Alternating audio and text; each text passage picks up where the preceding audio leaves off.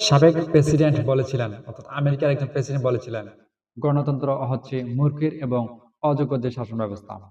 আপনি কি মনে করেন গণতন্ত্র বাংলাদেশে উচিত? আর গণতন্ত্র কি আধুনিক সভ্যতায় শান্তি ফিরিয়ে আনতে সক্ষম? দেখুন, সারা পৃথিবীতেই গণতন্ত্রের মাধ্যমে বা গণতন্ত্র প্রতিষ্ঠায় লড়াই চলে যাচ্ছে। কেউ লড়াই করছে রাজতন্ত্রের জন্য, কেউ লড়াই করছে গণতন্ত্রের জন্য। ঠিক আমেরিকার খোদ একজন প্রেসিডেন্টই বলেছিলেন যে গণতন্ত্র হচ্ছে মূর্খের এবং অযোগ্যদের শাসন ব্যবস্থা। যারা ভিডিওটা দেখছেন অবশ্যই কমেন্টে জানাবেন সেই প্রেসিডেন্টের নাম কি, আর সেই প্রেসিডেন্ট কি বর্তমানে দরকার আরো? অবশ্যই কমেন্টে জানাবেন। যদি আমেরিকা থেকে এমন প্রস্তাব দেওয়া হয় যে গণতন্ত্র অযোগ্যদের শাসন ব্যবস্থা, মূর্খদের শাসন ব্যবস্থা, তাহলে সারা পৃথিবীতে কেমন বার্তা পৌঁছাবে? আর আমেরিকার সেই কোন প্রেসিডেন্ট বলেছিলেন যে গণতন্ত্র হচ্ছে মূর্খের শাসন ব্যবস্থা এবং অযোগ্যদের শাসন ব্যবস্থা?